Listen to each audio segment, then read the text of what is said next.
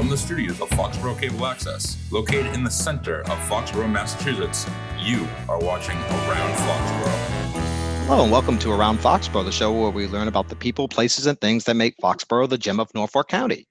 My name is Mark Rivard, and I'm pleased to have as my guest tonight, Tarah Valin. Welcome, Tarah. Hello, thank you. You've been on our airwaves before on Foxboro Cable Access. I remember seeing that interview. Yes.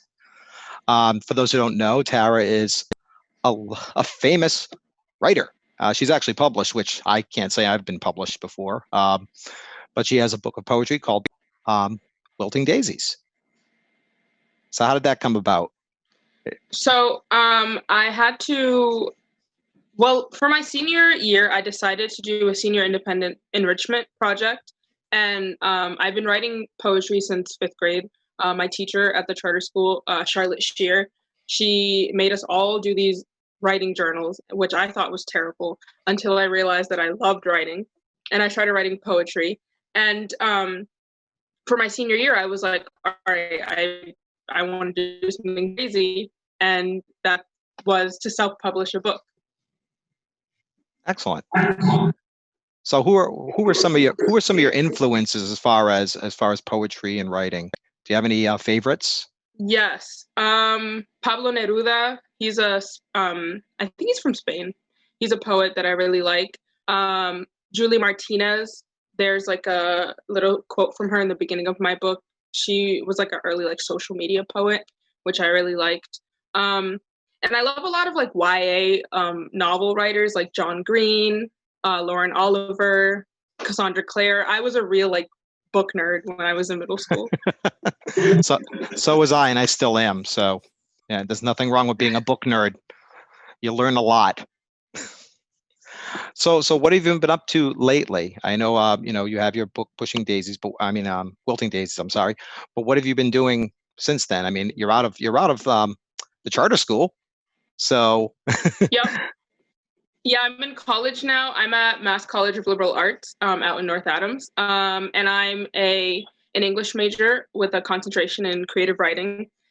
So I've been doing a lot of reading, a lot of writing. Most recently, I took a creative nonfiction class, and that's kind of what I've been playing with now. And in the fall, I'm going to be taking like a travel writing course, a poetry course, a nature writing course. So I'm going to be doing all sorts of writing. So you're going to have a sore hand, or should I say fingers, because now it's all typing, right? Yep. When I was a kid way back, when dinosaurs ran through my backyard, we had to like write everything down and then maybe use a typewriter, click, click, click. Now it's all word processors and, Microsoft Word and things. So a little bit easier, but still it's a little tiring with the mouse and click, click, So yeah, creative writing and more, I was trying to introduce your videos because you've done a lot of poetry and a lot of public presentations of some of your work. How did that come about? Because that's different than just writing and putting, pen to paper or, computer, but to get out in front of people and actually get out and perform some of this and let people know about it. How was that? Yeah, so I actually started at the charter school performing small time. We had this little thing called cabaret, which used to be a lot bigger, like before I was in high school, but by the time I got around to middle school, we were doing cabaret. And then I moved up to Coffee House, which was performing in our cafeteria in front of what felt like a bunch of people, but it was really just like parents and some students. And then after I graduated, I started performing at An Unlikely Story in Plainville. They have these open mic nights. And that's just such a fun crowd because it's people from like all walks of life, musicians, poets, and they're so supportive of like all the pieces I do. And on campus, sometimes I perform at a local cafe, or if there's a talent show, I perform. So yeah, slam poetry is one of my biggest passions. It's like such a different way to present poetry, and you can put so much feeling and emotion and different things that sometimes isn't always conveyed through pen and paper. So it's my favorite thing. Yeah, and you definitely have some emotion. Oh, a little technical difficulty there. But you definitely show a lot of emotion when you're performing on these, and I'd really like to show everybody out there some of these pieces. So the first one, It's called A Letter to My Nutritionist. So let's take a look at that. 7 months ago, I met with my nutritionist, Colleen, for the second time. She said, let's not focus on the numbers because that can be discouraging. What she meant was, you gained all the weight back that you lost. Colleen said, I don't think you're getting enough to eat, which is forcing your body into starvation mode. What she meant was, I know you're not eating.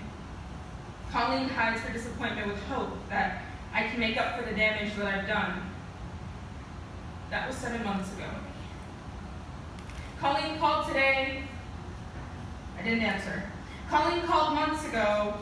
I didn't answer. I told myself I was busy. I told myself I couldn't make it. I told myself I'd call her back to reschedule. Those were lies. I've been dodging Colleen for months. I don't want to step on the scale. Colleen and I had a plan.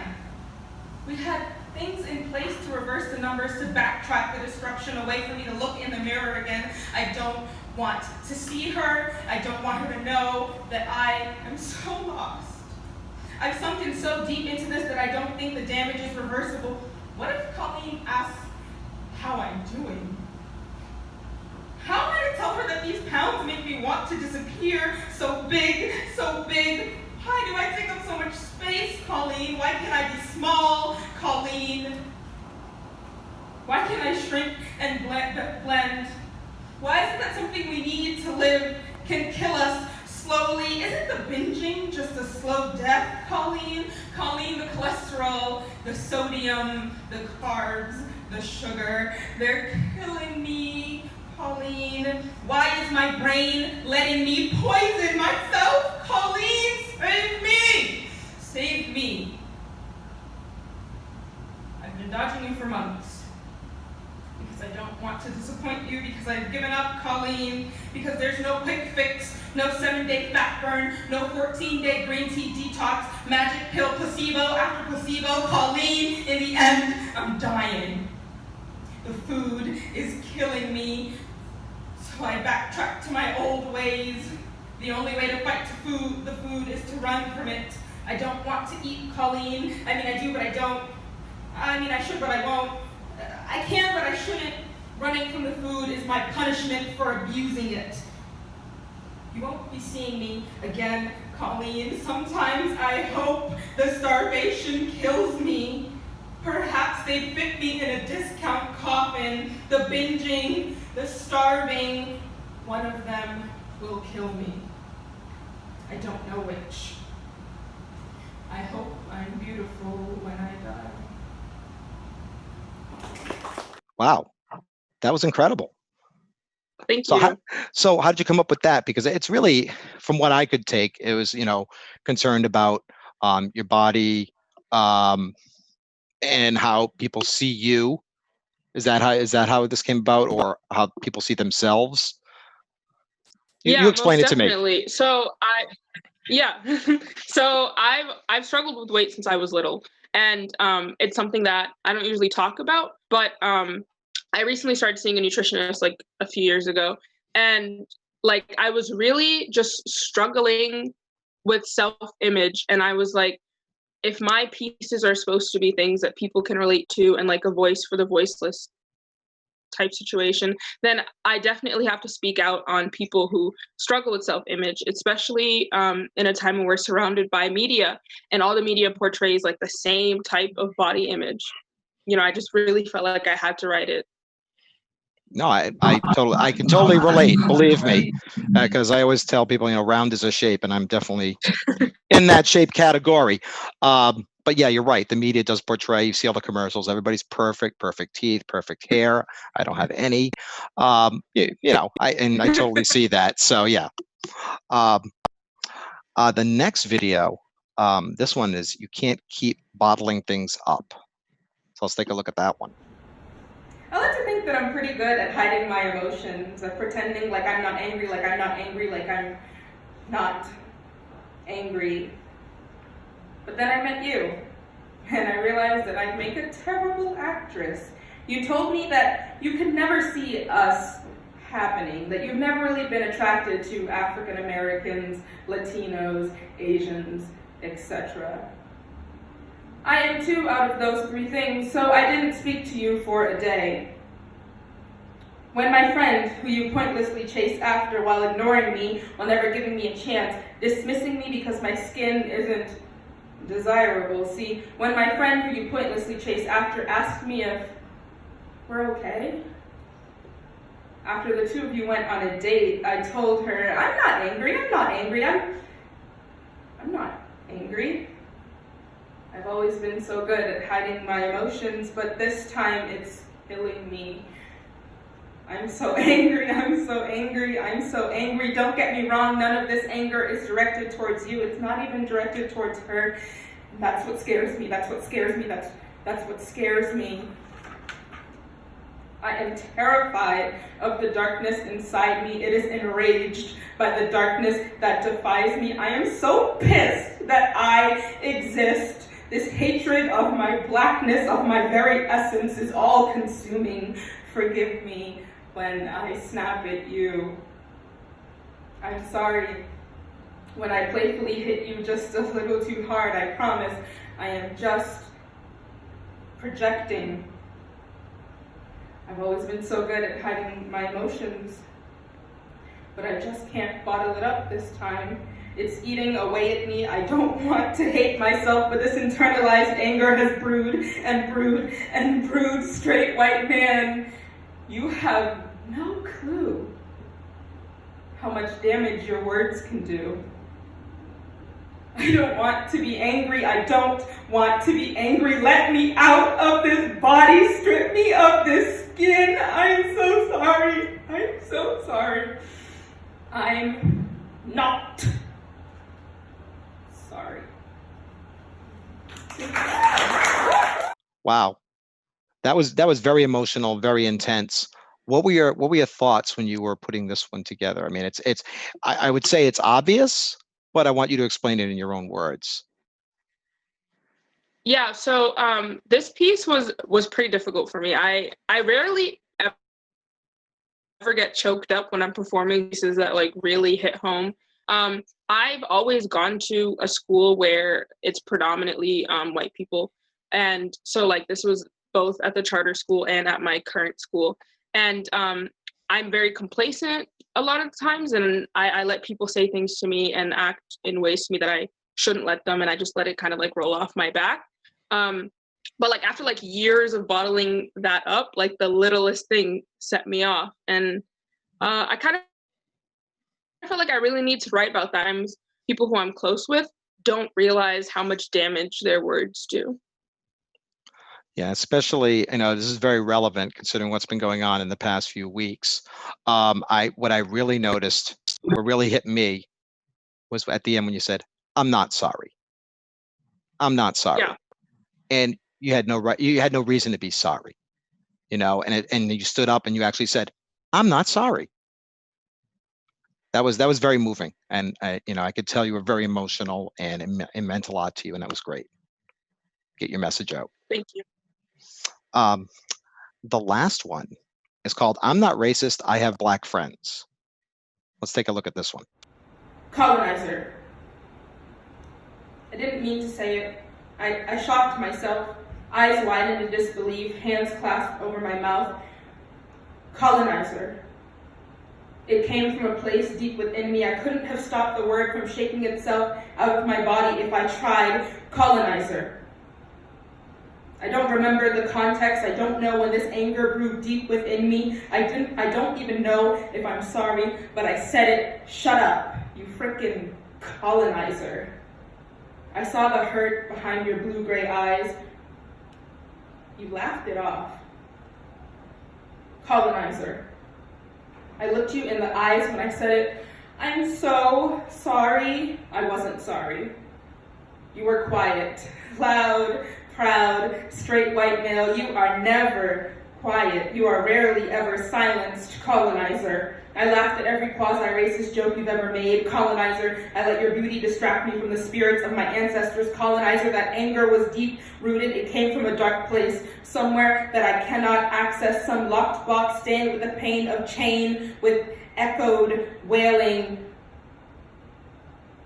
Colonizer. I'm sorry. Colonizer, I'm not sorry. Colonizer.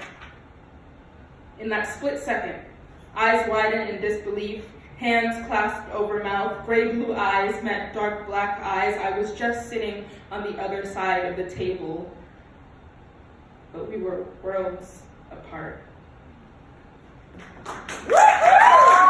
Wow. Now I I don't know what to say, because a lot of people do say that, and I'm sure you've heard it a lot.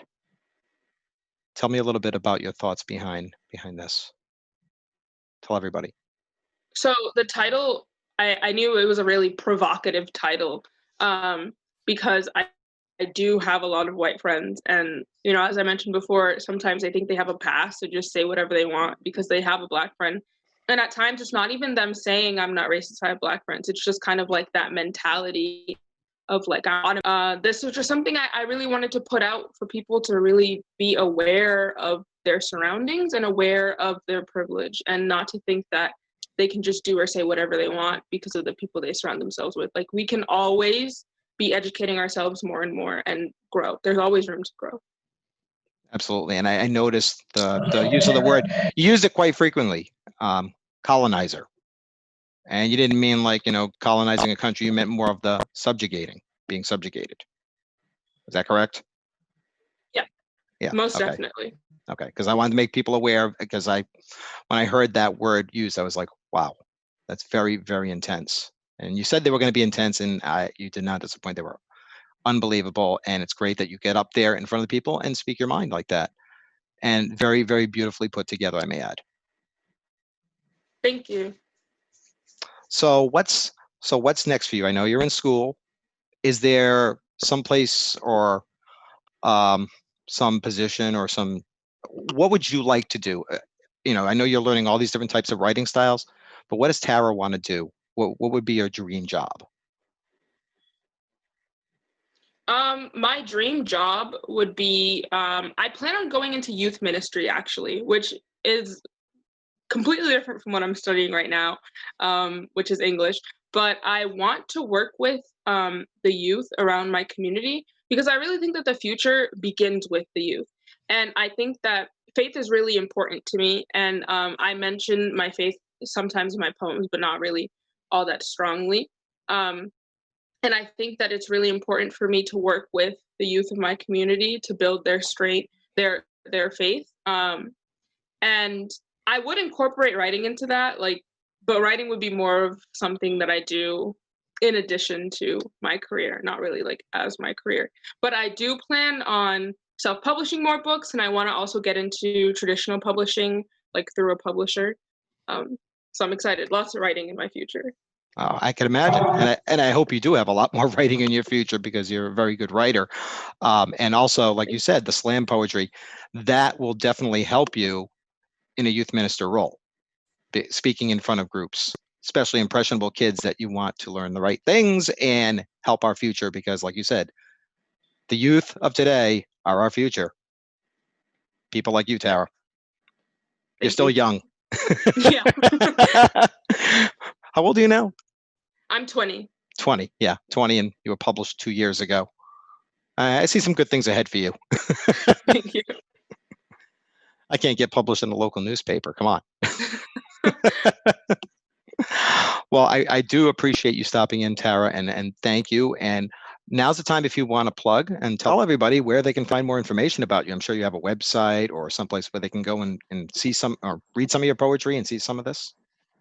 Yes. If you want to order the book, you can get it through Amazon, or if you go to your local bookstore and you ask them to order it, they should be able to order it for you as well. And for my poems, those are on tarahbearthewriter.wordpress.com. And also, if you want to see some of my slam poetry, you can look me up on Instagram at tarahbearslams or on YouTube at tarahbearthewriter. And my videos are up there. Awesome.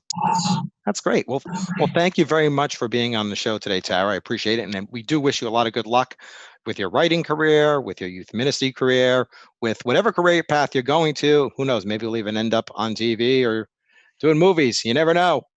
Thank you. Especially the way when I was watching your slam poetry, I said, oh, yeah, she's definitely got it. She's definitely got it. Thank you. And that'll do it for another episode of Around Foxborough. Have yourselves a great day.